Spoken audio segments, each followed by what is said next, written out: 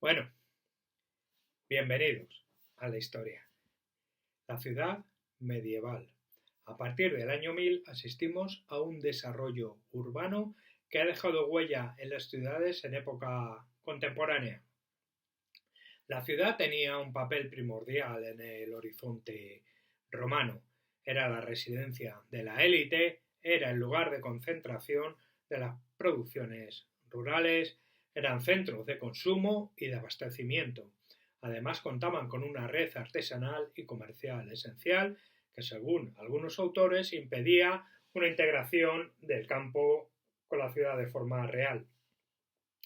Las ciudades cohesionaban el imperio de Roma, eran la base de su fortaleza, de su estructura, y tras la desarticulación del imperio romano comienza un proceso de profundas transformaciones en ellas durante la Alta Edad Media y también de profundos cambios en cuanto a su relación con el mundo rural.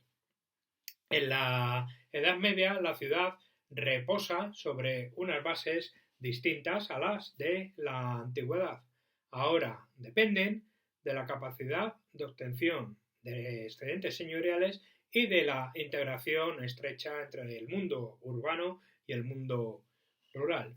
Sigue siendo la residencia de la élite señorial y de la élite eclesiástica. Además, es la sede de concentración de rentas y excedentes agrarios, como en la antigüedad. Igual, se desarrolla una importante estructura artesanal que supone un motor de riqueza y comercio que abastece al entorno rural. El campo es el destino de producciones urbanas, como ocurría en la antigüedad. La ciudad ahora desempeña nuevos papeles adaptados a las estructuras feudales, como el control de los mecanismos señoriales por parte de la oligarquía urbana. Se trata del control de la extracción de rentas y el dominio sobre las aldeas y los campesinos. Mantienen un importante desarrollo en los siglos entre los siglos XII y XIII. El sector comercial y financiero con desarrollo en la ciudad desarrolla más capacidad de riqueza que capacidad de apropiarse de ella la aristocracia urbana, lo que generaría en fases más avanzadas, que no corresponde en este vídeo comentarlo, lo que generaría una burguesía comercial potente en los primeros, al final del feudalismo ya, y el feudalismo termina en las ciudades. Seguimos, que me disperso. En paralelo se desarrolla un feudalismo expansionista. Las ciudades y villas mantienen un carácter heterogéneo que dificulta lo que es la definición de una ciudad medieval.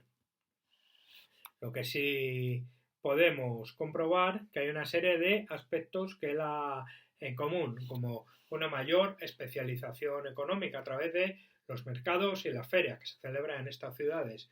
Hay más diferencias sociales en ellas que en el mundo rural. Centros territoriales se constituyen como centros territoriales de dominio sobre territorios o alfoz. Comparten una morfología con unas características comunes como murallas, son recintos amurallados, un urbanismo compacto, una serie de infraestructuras hidráulicas, alcantarillado y demás. Y en cuanto a los elementos jurídicos, pues son heterogéneos, tienen marcos administrativos muy, muy dispares unas ciudades y otras. A partir del siglo XII se detecta una estructura urbana jerarquizada. En cuanto a los procesos de configuración de las ciudades, la arqueología ha detectado tres procesos principales. Ciudades con un antecedente clásico o en la Alta Edad Media, que son las ciudades romanas, que para mantenerse, para seguir teniendo viabilidad, llevan a cabo profundas transformaciones, aunque languidecen, pudieron mantener su carácter de centros de poder y polos administrativos. Otras se constituyen como entidades urbanas a partir de castillos o centros eclesiásticos, como la ciudad de Burgos o Santiago en la península ibérica.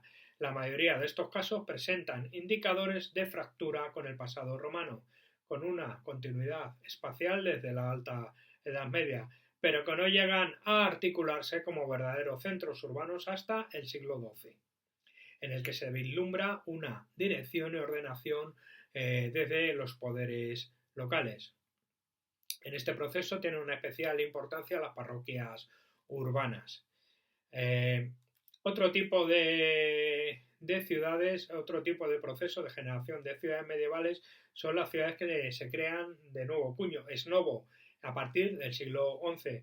Responden a complejos y diversos procesos en los reinos feudales, dentro de los reinos feudales. Según la historiografía clásica, se pueden distinguir dos grandes grupos. Por un lado, las ciudades de nueva planta en los reinos feudales del norte, que son aquellos centros urbanos que surgieron en torno al Camino de Santiago. Son villas creadas por poderes locales en el norte provenientes de la repoblación urbana interior. Y por otro lado son aquellas ciudades que se generan como avance de la frontera o de las conquistas a los territorios omeyas, a los territorios islámicos.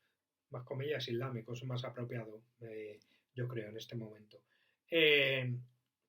Algunas con origen premedieval, como la de las Extremaduras, no Extremadura como región, sino las Extremaduras eran la zona fronteriza, al sur del río Duero sobre todo. Segovia, Valladolid o en Levante la ciudad de Villarreal, por ejemplo. Luego están las ciudades que surgen en el trayecto del Camino de Santiago, considerado un motor del proceso de urbanización y desarrollo comercial de los sectores de los reinos feudales del norte. En la actualidad se ha matizado ese papel. Se habla de la importancia de los monasterios que ya existían antes de la generación y otros establecimientos eclesiásticos, principalmente antes de la generación de ciudades en torno a ellos, se pudieran haber creado o haber surgido o haber evolucionado ciudades.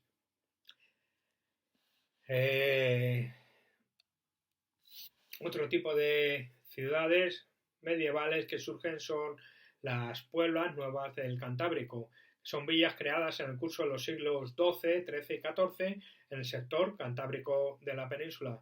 Son un relevante número de pequeños centros urbanos que se fundan por intervención directa del rey, de los señores laicos o eclesiásticos, por concesión de fueros, de cartas, con el fin de promover reagrupaciones de poblamiento. No siempre funcionaron, algunas sí, como Noya. No hay otros núcleos que ya tenían cierto antecedente, como Vitoria, la aldea era aldea en la Alta Edad Media ya, y luego otros núcleos nuevos como Oviedo, San Sebastián, Bilbao, en